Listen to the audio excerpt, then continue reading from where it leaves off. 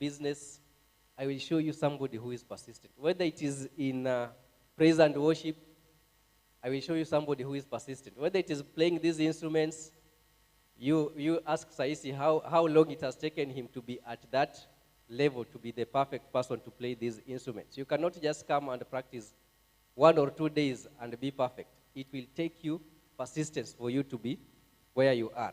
So today we are going to look at some people in the Bible. I've given you an example, although this one is not from the Bible. Some people in the Bible and areas that we need to be persistent in. They persisted and got the reward. Because without persistence, they didn't. Without persistence, they wouldn't be able to get that reward. And the first area that we should be persistent in is in our purpose and vision. God placed us in this world with a purpose. And without persistence, you cannot even discover the purpose that you are created here to do. It will take you time. It will take you persistence. It will take you sweat for you to be able to get on track with your vision and with your purpose. I would like us to look at somebody who did that and see the reward that he got. That is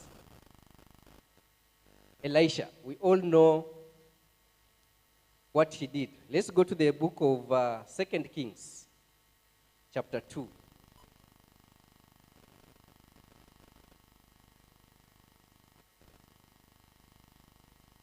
Verse 1 to 10.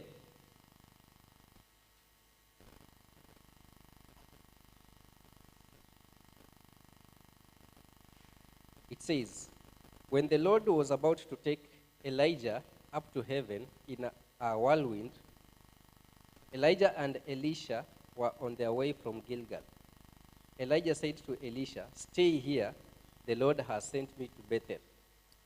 But Elisha said, as surely as the Lord lives, and as you live, I will not live. So they went down to Bethel. The company of the prophets at Bethel came out to Elisha and asked, do you know that the Lord is going to take your master from you today?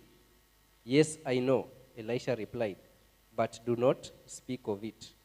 Then Elijah said to him, stay here, Elisha. The Lord has sent me to Jericho. And he replied, as surely as the Lord lives, and as you live, I will not leave you. So they went to Jericho. The company of prophets at Jericho went up to Elisha and asked him, do you know that the Lord is going to take your master from you today? Yes, I know, he replied, but do not speak of it. Then Elisha said to him, stay here, the Lord has sent me to the Jordan. And he replied, as surely as the Lord lives, and as you live, I will not leave you. So the two of them walked on. 50 men of the company of the prophets went and stood at a distance, facing the place where Elijah and Elisha had stopped at the Jordan. Elijah took his cloak, rolled it up, and struck the water with it. The water divided to the right and to the left, and the two of them crossed over on dry ground. When they had crossed, Elijah said to Elisha, tell me, what can I do for you before I am taken from you? Let me inherit a double portion of your spirit. Elisha replied, you have asked a difficult thing, Elijah said. Yet if you see me when I'm taken from you, it will be yours, otherwise not. As they were walking along and talking together, suddenly a chariot of fire and horses of fire appeared and separated the two of them. And Elijah went up to heaven in a whirlwind. Elisha saw this and cried out, my father, the chariots and horsemen of Israel. And Elisha saw him no more. Then he took hold of his own cloth and tore them apart. He picked up the cloak that had fallen from Elijah and went back and stood to the bank of the Jordan. Then he took the cloak that had fallen from him and struck the water with it. Where now is the Lord of God of Israel? He asked. When he struck the water, it divided to the right and to the left, and he crossed over. The company of the prophets from Jericho who were watching said, "The spirit of Elijah is resting on Elisha." And they went to meet him and bowed to the ground before him. So from these scriptures, we see the story of these two men, Elijah and Elisha. And before Elijah went to heaven, Elisha wanted to inherit the double portion from Elijah. But Elijah had told him, if he will be able to see him ascending to heaven, then he will receive the double portion. That was what he was told. But he continued pursuing Elijah. At first, when he was going to Bethel, he was told to stop. And mark you, he wasn't the only one following Elijah. He had a company of other prophets. So there was a probability of somebody else also inheriting that double portion from Elijah, because he wasn't the only one pursuing Elisha. Because we are told there were a company of other people or other prophets following him. At the first instance, they met at Bethel, and he was told to stop there. I believe several others stopped, but Elisha and others persisted. Then when they reached Jericho, Elijah told him, "Stay here. The Lord has sent me to Jericho." But he replied, he was persistent. He said he's not going to stop there. He's going to follow him up. Then they went. The other place was Jordan. He didn't stop. So when he was told to stop here, he wasn't ready to listen to any other person. He wasn't ready to follow up those instructions. What he was targeting was the double portion of Elijah. So the others at one point had to stop, and he was the only one remaining, the last man standing. That is when Elijah ascended to heaven, he was the one to inherit it. And when he was coming back, he performed the miracle, parted the river into two. And the other prophets actually witnessed and said, he has gotten the double portion from Elijah. This is the person who will take over from Elijah. And then from other subsequent scriptures, we find that he performed several other miracles more than what Elijah did because of being persistent. If he would have given up the first instance, he wouldn't have gotten it. And he wasn't the favorite, because we are told there were several others. But he is the one who got it because of being persistent. So we can get that because sometimes God gives us a purpose in life. We attempt to execute it in the first instance. It fails. We have adversities. We have opposition. Once we face that opposition, we give up. We will end up not achieving that purpose. We will end up not achieving that vision if we are always ready to give up at the first opposition. Elisha wasn't ready to give up until he got the target that he wanted. That is a symbolism of persistence. He persisted in his vision, he persisted in his purpose, and ended up doing more than what his master did. That is Elijah. And it is because of him being persistent. Can we be persistent in our purpose? Can we be persistent in our vision? Whether there is opposition or not. whether it is smooth sailing or not. In most cases, when you're born again, you are told everything will be smooth, it will be okay. But after the first day, we don't get what we were promised and we give up. That is not being persistent. Persistence will enable you to achieve the promises that God had promised. We end up asking God, why did you promise this? Why did I get the promise? The answer is in the story of Elisha. We didn't get it because you are not persistent. Nothing will come for free. Nothing will be easy for you to get. You're not promised and then you're told, get it in an easy way. You have to struggle for it for you to be able to achieve that.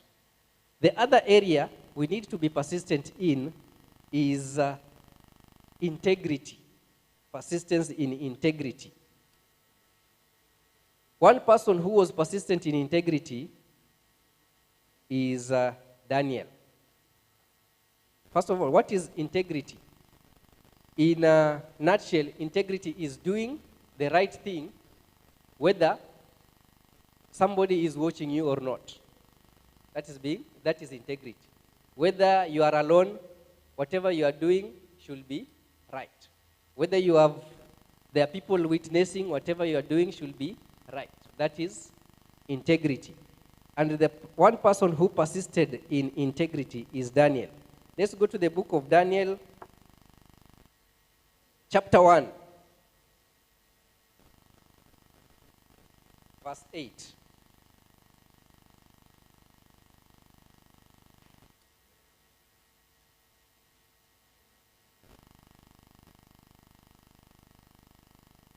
Verse 8 to 16. It says, "But Daniel resolved not to defile himself with the royal food and wine, and he asked the chief official for permission not to defile himself in this way. Now God had caused the official to show favor and sympathy to Daniel. But the official told Daniel, 'I am afraid of my lord the king, who has assigned your food and drink. Why should he see you looking worse than the other young men of your age? The king will then have my head because of you.' Daniel then said to the guard, whom the chief official had appointed over Daniel, Hannah, Mishael, and Azariah, 'Please test your servants for 10 days. Give us nothing but vegetables to eat and water to drink. Then compare our appearance with that of the young men who eat the royal food and treat your servants in accordance with what you see.' So he agreed to this and tested them for 10 days. At the end of the 10 days, they looked healthier and better nourished than any of the young men who ate the royal food. So the guard took away their choice food and the wine they were to drink and gave them vegetables instead." So that is one area where Daniel persisted in integrity. He was told you are supposed to eat this food, and he said he wasn't going to defile himself by eating the king's food, by eating the food or wine and meat that they were brought. And he said, "I am going to eat vegetables. And then test me after some days, test whether between me and these others, who will be healthy." And actually, after 10 days, he was healthier than the others. If he wouldn't have done that, he would have easily said, "Because the king has said so, who am I to refuse? Because the boss has said so, who am I to refuse?" So we end up compromising because the order has come from above. But Daniel didn't want to do that. He was all alone. He didn't have any other person to witness or to prefect him around, but he decided he is not going to defile he was not going to defile himself with what he was being brought around. So that is why he decided he's going to please only God, not any other person who is going to tell him whatever to do. Apart from the food, we see other areas. There are many other areas where he persisted in integrity. For example, in interpretation of dreams, that is in Daniel 2, it is the entire chapter. When the King Nebuchadnezzar dreamed, and there was no other person to interpret the dream, it is Daniel who stood up and interpreted the dream for him.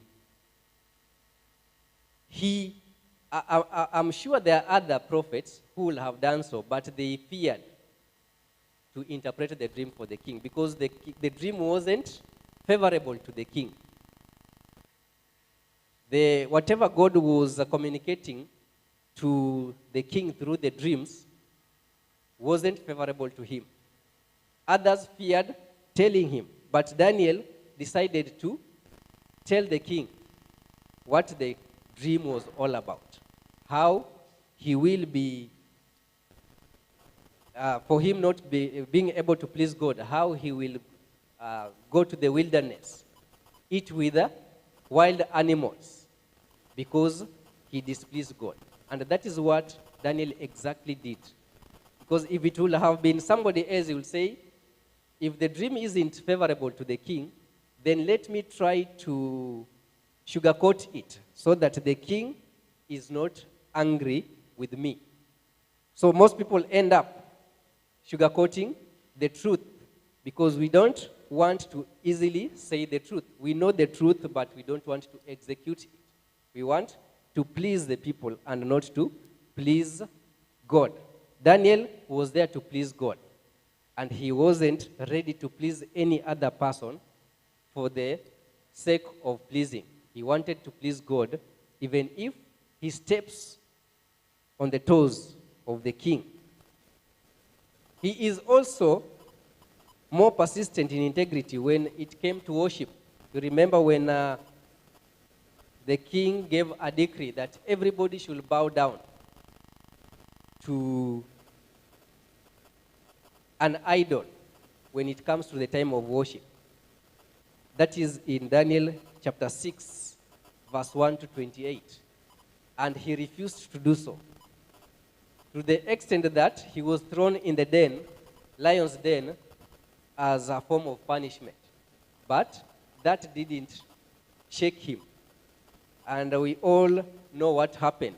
In the long run, the king said, we are going to worship the God of Daniel because of what he witnessed, because of his persistence in integrity, because he purposed to please God and not to please men. Most of us sometimes face such circumstances. Sometimes we face such scenarios whereby we are at our workplace, we are at our areas of operation, but we are faced with a situation where you have to please men at the expense of God. But Daniel persisted in integrity and made a vow not to please any person, but to please God. And we see God coming to his rescue, God using him to convert people so that they can be able to serve him. So that is persistence in integrity. Lastly, is persistence in prayer. And this one we are going to look at the book of Luke, chapter 18.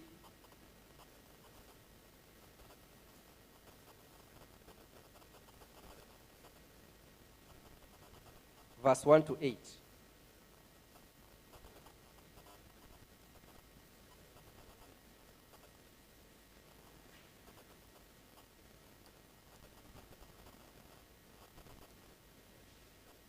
Luke chapter 18, verse 1 to 8. It says, Then Jesus told his disciples a parable to show them that they should always pray and not give up. He said, In a certain town there was a judge who neither feared God nor cared about men. And there was a widow in that town who kept coming to him with the plea, Grant me justice against my adversary. For some time he refused, but finally he said to himself, Even though I don't fear God, or care about men, yet because this widow keeps bothering me, I will see that she gets justice, so that she won't eventually wear me out with her coming. And the Lord said, listen to what the unjust judge says. And will not God bring about justice for his chosen ones, who cry out to him day and night? Will he keep putting them off? I tell you, he will see that they get justice, and quickly. However, when the Son of Man comes, will he find faith on the earth? So this is a parable that Jesus is saying about a judge and a lady or a woman who was seeking justice. He went there for the first time, he didn't get justice. He went there for the second time, she didn't get justice. Third time, and so on, until the judge got fed up and said, I'm tired of this persistent woman. I'm going to grant her the justice she is seeking for. So from that time, she got the justice she was seeking for. If she would have given up at the first instance, she wouldn't have gotten the justice. If she would have given up the second instance, she wouldn't have gotten the justice.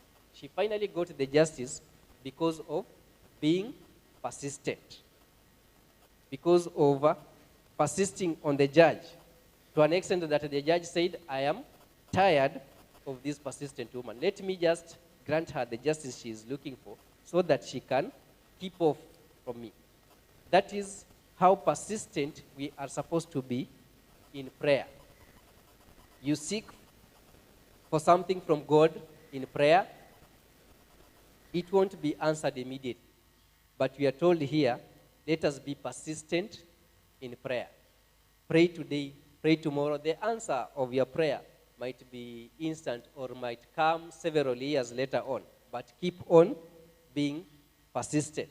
So with this persistence, we are able to achieve, just from the book, the first book that we read, Hebrews chapter 10, verse 36, we are able to get what God had promised us because of being persistent and persevering. But if we give up along the way, then we will not be able to get what God had promised us. Whatever He promised us will not come easily. It will come after several years of persistence. If we are persistent in our purpose and vision, just the way Elisha was, he got his final wish answered because of being persistent. Others were not persistent enough to get it. We see Daniel getting or converting people because of being persistent in integrity. And we see this lady being answered, getting justice because of being persistent in her prayer requests. So as Christians, whatever we are getting from this lesson is persistence is powerful. That those ones who get the promises of God more than others, others do not get it because the difference is in persistence. If we persist in whatever we do, if we persist in our purpose, if we persist in our integrity, if we persist in our prayers, then God has got no otherwise than granting us the promises that He gave us. So the answer to our prayers, the answer to our purpose, the answer to integrity is being persistent. Persistent is more powerful because of what the Word of God says. The answers to our promises or the promise that God has given us will come to pass because of being persistent. So that is, even if we forget any other thing, remember that persistence will always bring God's promises to fruition. If we are the microwave generation, wanting things in instant, we will always be frustrated and we will give up on Christianity, saying that I'm suffering, God has forgotten about me, and yet we didn't even give 5% of persistence in whatever we have been promised. So let us be persistent in our lifestyle. Let us be persistent in our Christian walk, and we will be able to achieve what God has promised us. Let's stand up as we conclude with a word of prayer. Praise and worship.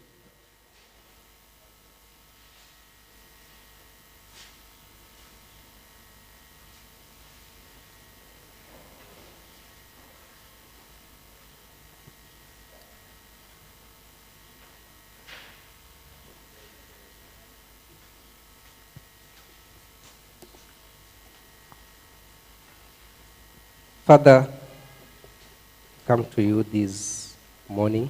I want to say thank you for speaking to us about persistence.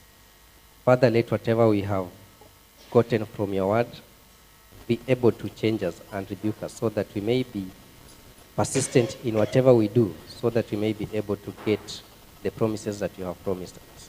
Let us not give up. Let us not be easy to give up along the way, but let us persist in our vision. Let us persist in our prayers. Let us persist in our integrity, so that we may be able to please you and not men. We thank you and we honor your name, for it is in Jesus' name we do believe and pray. Amen. You are wonderful. You are the Messiah. You are wonderful. You are the Messiah. You are. As we bring our offerings, you are the Messiah. You are wonderful. You are the Messiah. Oh, you are wonderful. You are the Messiah. You are wonderful. You are the Messiah. You are wonderful. You are the Messiah. You are wonderful. You are the Messiah. Lord, you are wonderful. You are the Messiah. You are wonderful. You are the Messiah. Oh, you are wonderful. You are the Messiah. You are wonderful. You are the Messiah. Oh, you are wonderful. You are the Messiah. You are wonderful. You are the Messiah.